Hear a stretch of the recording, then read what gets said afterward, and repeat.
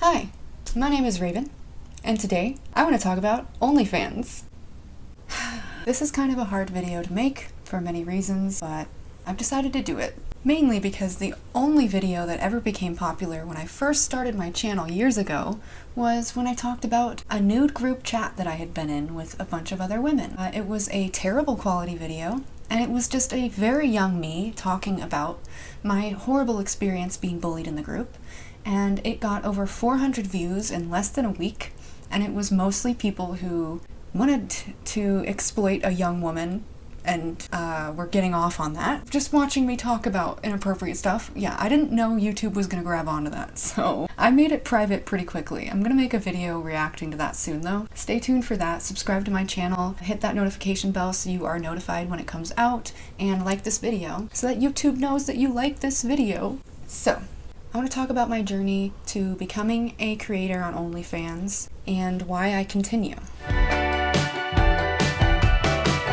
So when OnlyFans first became a thing, I had quite the distaste for it, I cannot lie. I have this really weird old soul kind of view on the world where I don't like that women's bodies are automatically sexualized. I have personally been harassed my entire life because of my body and my looks, so the idea of making a profit off of that and giving men what they wanted basically didn't sit right with me. It made me really uncomfortable. However, I did get into doing nude photography because, again, I had this idea of making the female body art. I understand it's going to be no matter what, especially if it's nude art, but I still wanted to create the idea of it doesn't just have to be sexualized. It can be art. It can be artistic. The female body is artistic. Any body is artistic. Honestly, that is how I see it. I would even have debates with people on my Facebook about it, when they would post about oh, let women do what they want with their bodies. I would be like,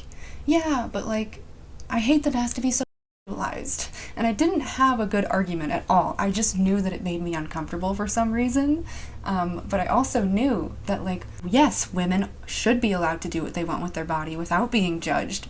Everybody should be allowed to do what they want, right? I was fighting with myself for a long time with the ideas about it. So I had a distaste for it until I was laid off twice in 2020. Yeah, I'll probably make videos about that if you'd like me to. Let me know in the comments if you're curious. But yeah, I was laid off in March of 2020 from my full-time job. And then I found a new job, luckily. And I was working 60-hour weeks for this company. 60 hours a week. And I was getting paid $16 an hour. So I had a lot of money.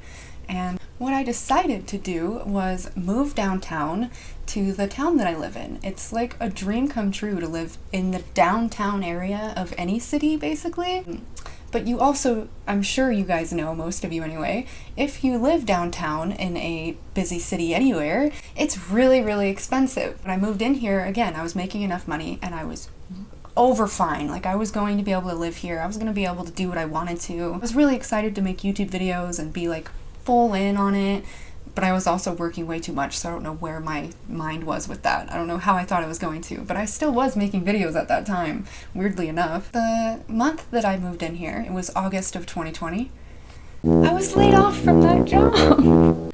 The second job that I'd gotten after being laid off the first time, I was laid off again in the same month that I had moved in here. So I didn't even have 2 paychecks in the month of August to be able to save up for rent that month. What had happened was I had money saved up, but then I used it all to move. The down payment for this place was quite expensive and I was completely on my own. So the money that I had saved up after being laid off the first time all went to moving because I knew that it would be fine. I was getting paid a lot of money, so whether or not all my savings went to moving costs, I was still going to be able to make more money very quickly again. So I wasn't worried until I was laid off again and I didn't have any excess money. So I was really, really screwed and I went to probably one of the darkest places I've ever been in my life. I was also ghosted by a guy I really liked, but it also was not serious, so I should have known, even though I totally met his mom. That's a really weird story. If you guys want a story time about that, I probably will do a lot more story times because I have a lot of weird situations that have happened to me in my life, and I think you guys would be interested to hear them. Because luckily they don't affect me. Like, they don't make me sad anymore. I just see, like, irony in everything now. I'm a Capricorn, so I find the humor and irony in everything. How else am I supposed to live as a winter baby? A couple more examples of me being in my darkest place. I became a janitor. It was like one of the better jobs for me. It was fitting for me because I like to be alone, and I like to I like to be alone. Like, if you can work at a job and you're completely independent, that is a dream come true for an introvert and a PTSD survivor who just like gets scared easily, like, by people coming around the corners or noises, and just likes quiet and likes to like do their own things in their own order. I don't know. It was perfect for me. I loved being a janitor. I was a janitor for this entire office building, and there was like it was like 5 different really nice offices that I cleaned, and I got to do it in my own order. I had to set alarms for each room after I cleaned them. I had keys to every single office too, so I had like a big old keychain of like 8 keys on it, and then I had to lock the entire building at the end of the night. It made me feel really independent, and it honestly helped me feel like a viable worker again after being just kicked to the curb, which is what being laid off feels like. Like, you're just kicked to the curb. They don't care about you. They don't give you any warning. It's really terrifying. It really dehumanizes you as an employee to be laid off, especially multiple times in a row. Those weren't the first times I was laid off in my life. I've been laid off because I worked a lot of manufacturing jobs in my life. Big mistake thinking that you could have a career in manufacturing. Just a heads up for all you young people out there who get sucked into manufacturing, you might get laid off with no warning, and it's terrifying. And a lot of businesses do that. I'm not saying this for no reason or to scare you. I've been laid off more times than I can count on one of my hands, and I'm 26. I was laid off that many times before I was 25. Before I was 24. I was laid off more times than I can count on one hand, so that's a lot. So it was kind of a nice job for me, but it still never paid enough for me to make my rent, because now I lived downtown and I was never able to make my rent. So I got rental assistance from a local charity that was helping people during the pandemic who had been laid off from their jobs, and I honestly was shocked to even hear about it. I didn't know any assistance existed for people like me. I thought that I was just screwed. I honestly thought I was going to be homeless and I was going to have to live in my car. I really started debating it. Like, genuinely, I started debating living in my car. I hadn't moved my dog in with me yet. No, I had moved her in. I didn't move my cat in with me yet, so I only had this one to worry about. And the option was always open to bring her to my grandparents and she could stay with them in an emergency for however long she would need to. So that was gonna be my goal. If I ended up homeless and I couldn't figure anything out, I was going to go live in my car. I don't know if you've ever heard of Brandon Ferris, but he's really popular on YouTube now. And when I found him, I was very interested to go and look back at all of his very first YouTube videos. I don't know why. Sometimes I do that with people.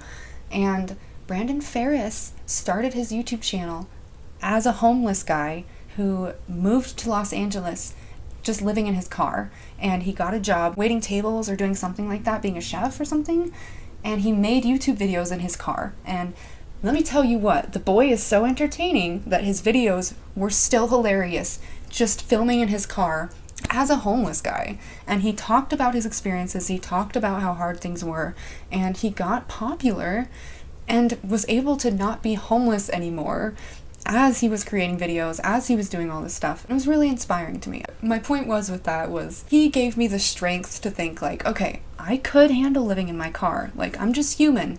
Many people have had to do things like this before in their life to get to the next stages, and that's what Brandon did. And I could totally do it too. I was ready. Honestly, I was ready. Then I changed my mind about OnlyFans and thought, you know, maybe I could make a little bit of money on here. Maybe I can somehow make a career out of it, which I will get into. It's very hard to do. I think I'm going to make a multiple video series about this because this is already 13 minutes long and I only have 5 talking points written down and I've only gotten through 2.5 of them, and I thought this was going to be a short video, so I will make multiple videos about this, about what it's like doing your taxes with OnlyFans, the harassment that I've dealt with, tips that I have for you, watermarking, copyright. I will make videos about those separately, but this is just the video about me starting my journey and the process about that. I started it off kind of as a way to see if I could do it, see if I would immediately get completely bullied by my hometown, because that tends to be what my hometown does to people. They bully the crap out of you and try to make you feel as worse as possible as you can about yourself. I didn't say that right. My hometown is full of bullies, okay? And so I was terrified because I've dealt with that my whole life. I don't even live in my hometown anymore, but I do live close to it still, and all of my social media is like full of people from there who still have harassed me and bullied me well into adulthood, even though I don't know them anymore, or they never really knew me. So I was terrified. I basically started with just underwear pictures of myself, and I was like, I feel confident in myself finally, and I can do what I want with my body. Like, this is artistic.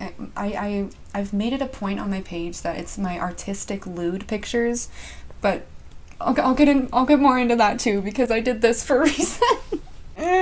Anyway, that's what I started off though. I was like, it's called OnlyFans for a reason. It's only for people who are fans of me. So if you want to see me lewd, if you want to see me in my underwear, then this is the only place you're going to find it, is on my OnlyFans. So that kind of made me feel better about it too. Like, I had heard stories about people making OnlyFans and then just going on there and talking to their fans and not doing anything sexual at all. So that made me confident too. Like, maybe I could do that. Maybe it could be a place where nobody who's mean has access to me unless they want to pay to have access to me. So if you want to pay to bully me, that feels a lot better than just being blatantly bullied on my social medias.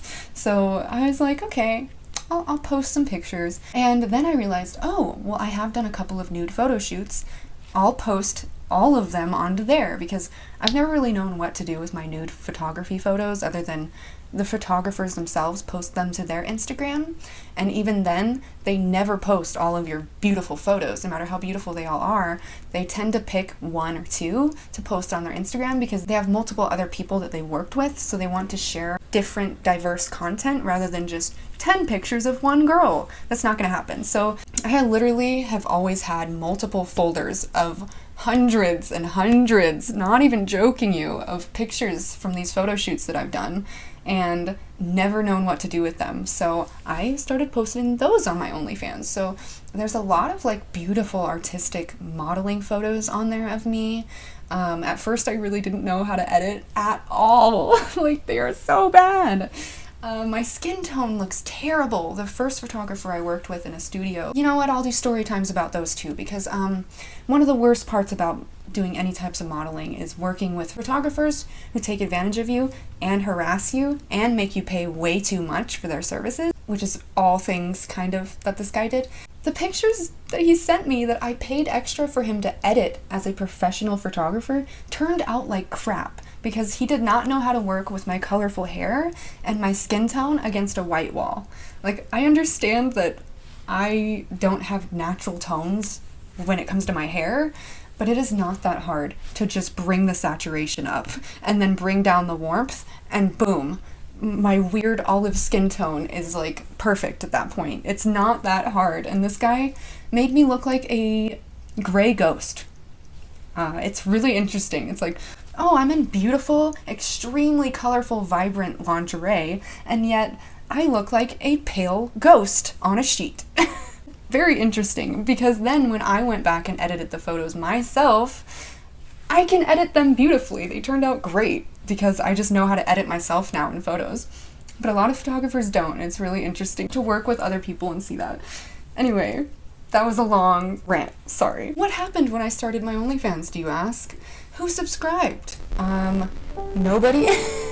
No, it's, I talked about my hometown. Basically, only men from my hometown who've always wanted to sleep with me, and literally, I've never given them the time of day. That's the people who subscribed to me. Every single person who's ever wanted to screw me, there you go. Because I'm not the person that you screw. That's not who I am. I've always had a giant heart, and I've always been taken advantage for that. I don't sleep around. I never have.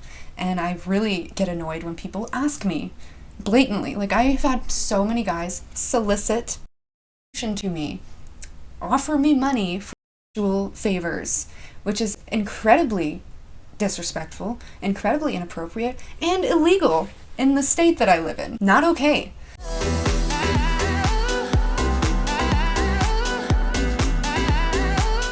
channel is sponsored by a website called Wildflower.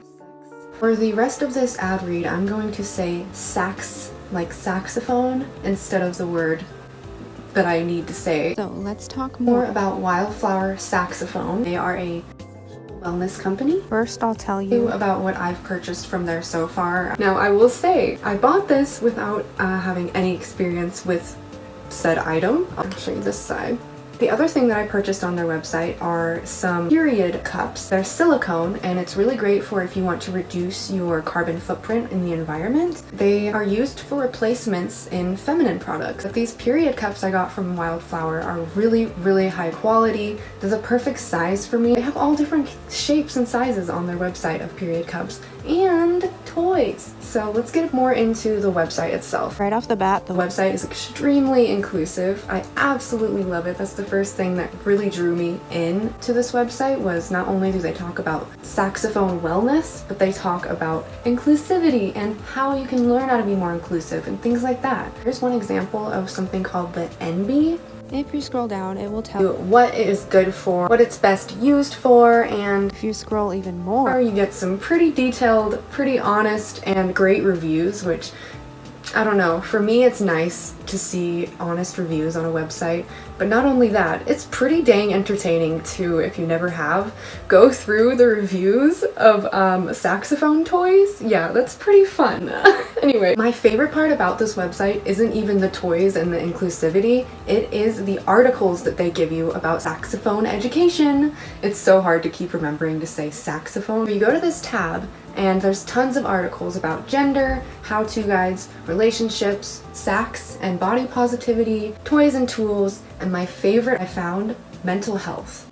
Super helpful. It's so wonderful to see an adult website that promotes saxophone wellness and education rather than just trying to throw stuff at you to buy constantly. Consider shopping around the site. Again, my affiliate link is in the description below. And if you can't spend money right now, I fully understand. Check out the site anyway and read the articles that they have to offer, because it's never too late to learn new things. Purchase anything through my link, then I will get part of that commission, so you would be supporting me. It would be great. By the way, I have other links if you want to check those out. They will be in my link tree below as well.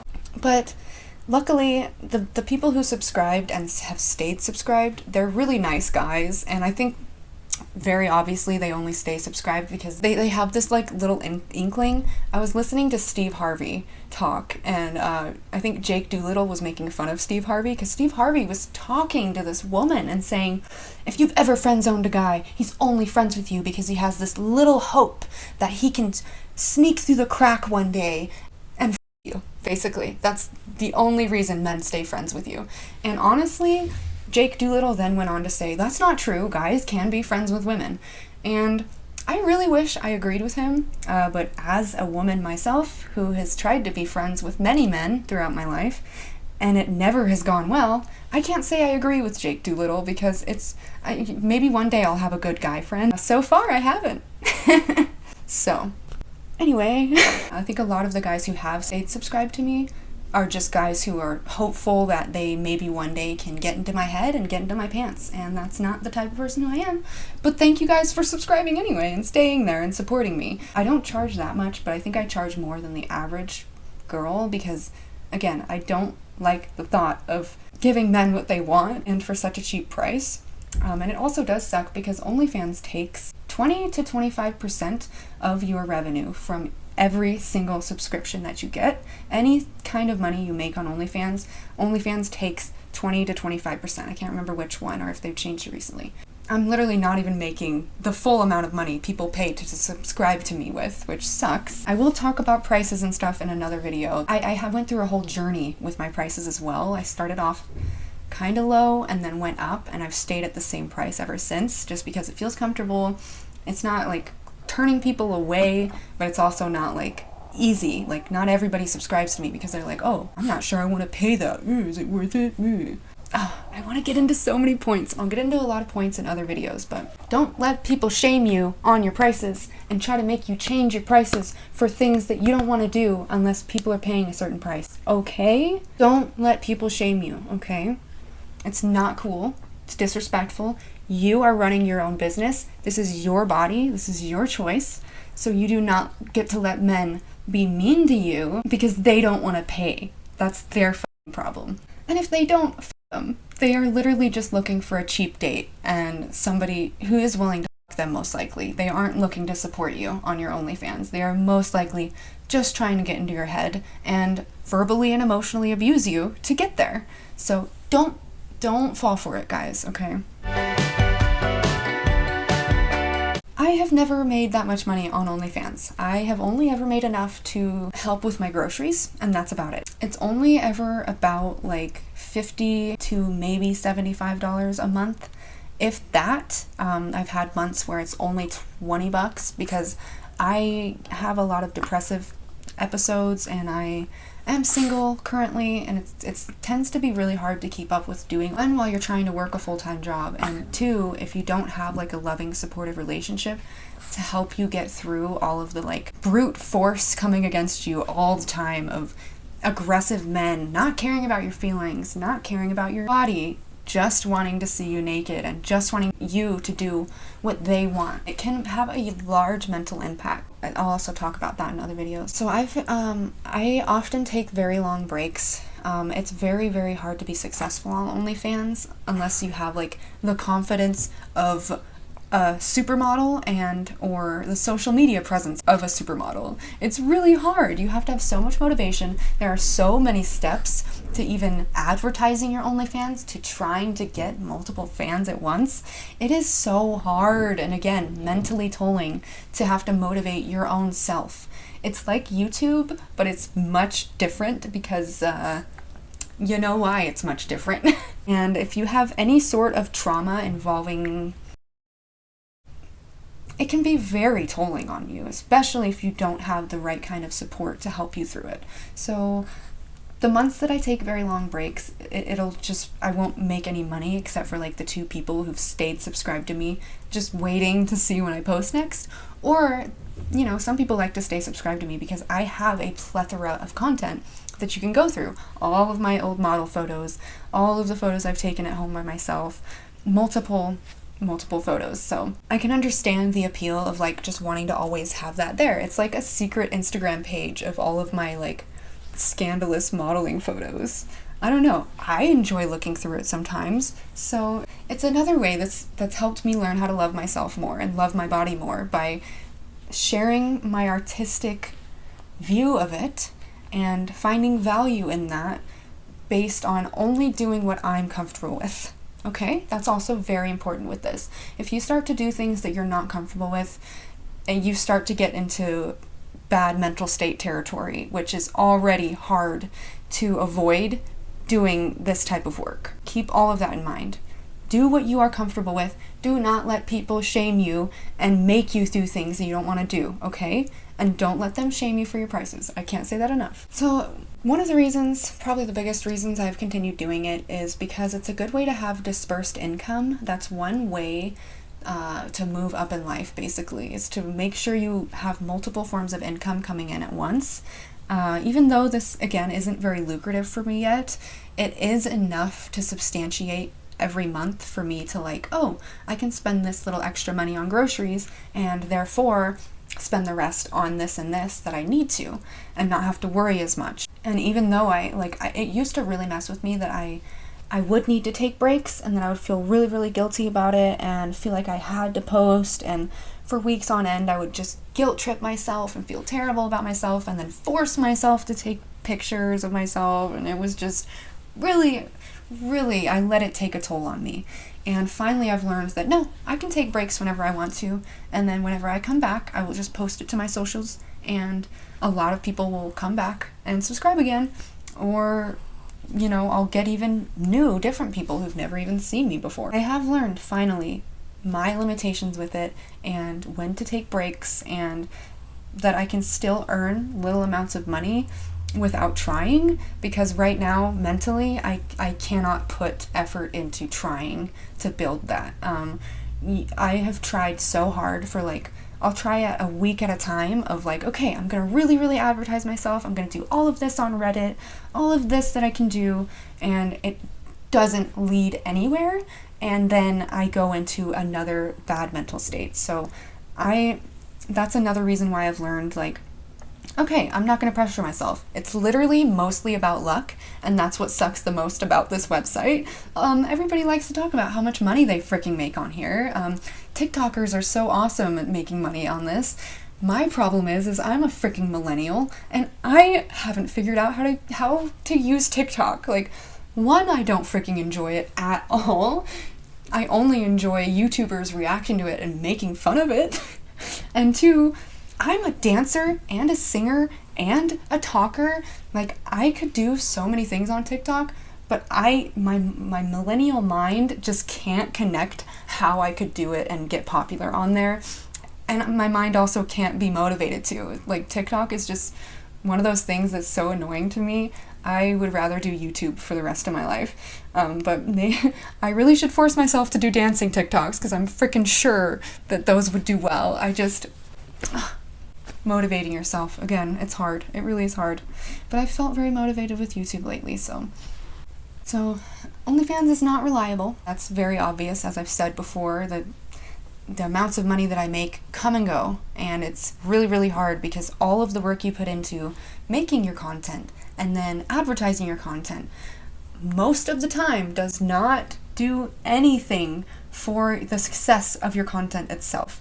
So you put so much time and effort, so much energy and like faith into doing so many different things that are already harmful to you if you have had trauma in any way sexually and you don't have the support you need. But then having no reward for all of that hard work, ooh.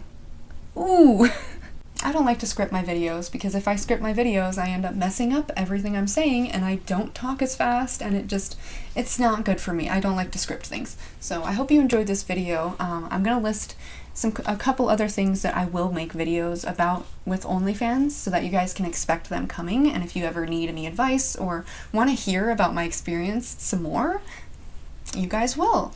Make sure to subscribe to my channel so that you do hear from me again if you want to see more videos about this. Hit that notification bell and make sure you click all notifications. You have to go up and click all because if not, YouTube doesn't think that you want to see every video that I post. So make sure you do that. And then like this video so that I know that you liked this.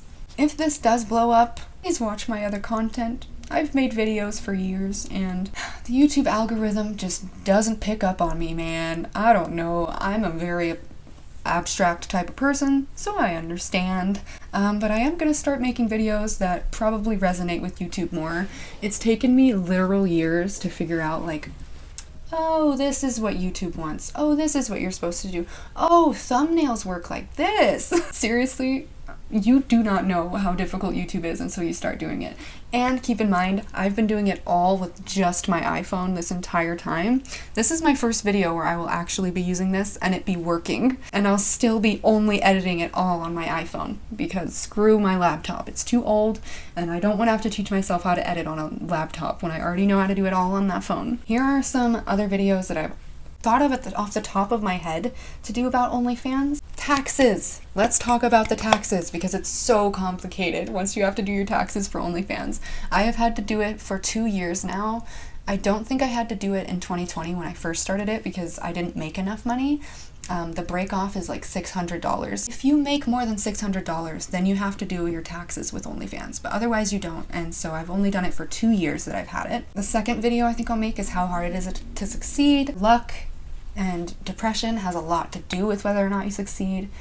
There's a lot that goes into every aspect of trying to succeed and where you go and the advice that you get and what the other women tell you. And then another video that I think is very interesting that I've wanted to make for years because it's absolutely terrible what I've gone through that has to do with this. Harassment and modeling scams in the beginning of my career. Ladies, if you have guys messaging you in your Instagram and you just started doing modeling, don't listen to them, okay? Do your research. Do everything that you can to make sure they're a real person and that they're not lying to you because most people on Instagram are only there to take advantage of young, vulnerable women, and that's exactly what I was. And I have some really embarrassing, heart-wrenching stories that I don't think I ever planned to share with anybody, but I think it's really important to share so that other people know what women go through and they don't like to talk about it because it's so humiliating. Anyway, I'll make a whole video about tips just tips, because there's so many that you do not know when you first start. Even if you've done it for years, there's still tips that you probably have never heard, and there's probably tips that I've never heard either, so leave them down in the comments, you guys, okay? Fellow creators, band together, support women, okay? Let's support each other. Creators supporting creators, yeah. Thank you so much for watching. Sorry this was kind of thrown together. I'm really gonna try to make my videos more put together and have more point, okay? What am I saying? By the way, if this is your first time to my channel, this is my dog Honey. She's very, very sleepy. This is like the first video ever that I've forgotten to do my outro that I've done for years. So whatever you're doing, have a good day, good night, good evening. Thank you so much for watching. Bye, guys.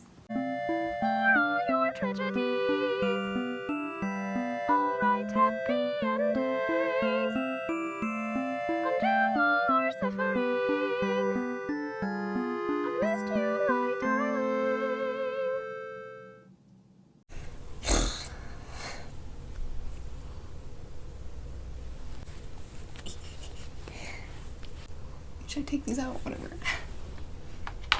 No, I'll keep them then. Okay. I want you guys to see this. There we go. Okay. Anyway. I'm sorry if you hear my tummy growling. Whatever, I'm done. I'm done.